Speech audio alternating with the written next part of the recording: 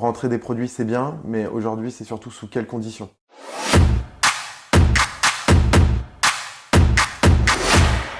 Depuis cette année, est-ce que tu sens un changement? Cette année, elle est particulière. Depuis 6-8 mois, on est confronté aux problématiques de taux d'usure, mais aussi aux problématiques de commercialisation. Bon client, les acheteurs plutôt?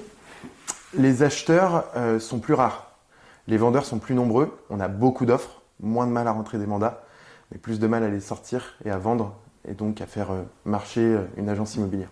Et tu l'expliques comment? Les vendeurs ont connu des périodes folles.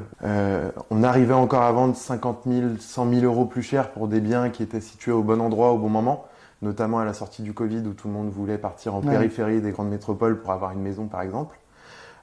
Et aujourd'hui, c'est plus le cas. On revient à une réalité qui est dure à entendre pour certains propriétaires qui se sont vus miroiter par des agents immobiliers qui voulaient simplement rentrer le mandat, des estimations plus chères que le prix du marché actuel, puisqu'on revient à la dure réalité du marché.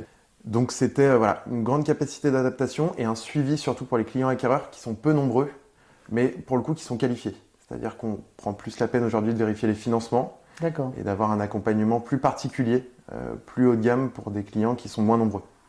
Vous revenez un petit peu à un accompagnement de l'acquéreur, chouchouter un peu plus l'acquéreur. Exactement. Ouais. Il y a même eu une partie, on peut le dire, chasse immobilière presque pour certains, puisque maintenant il est plus important d'avoir selon moi, un gros fichier acquéreur qu'un gros fichier vendeur. Les intérêts, les taux d'intérêt aujourd'hui a une importance ou une incidence? Il y a une importance.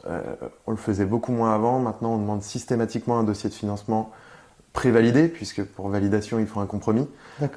Mais voilà, on essaye d'accompagner au maximum, de proposer un accompagnement par courtier. C'est quelque chose qu'on avait du mal à envisager sur les périodes précédentes. Et en fait, aujourd'hui, on se rend compte que c'est une valeur ajoutée pour nous et pour nos clients, puisque c'est une sécurité, et puis puisque pour certains, c'est une affaire sur le taux, puisqu'il y a une étude comparative qui est bien plus ample que le particulier en lui-même, qui va avoir ses deux banques de connaissances avec ses comptes particuliers.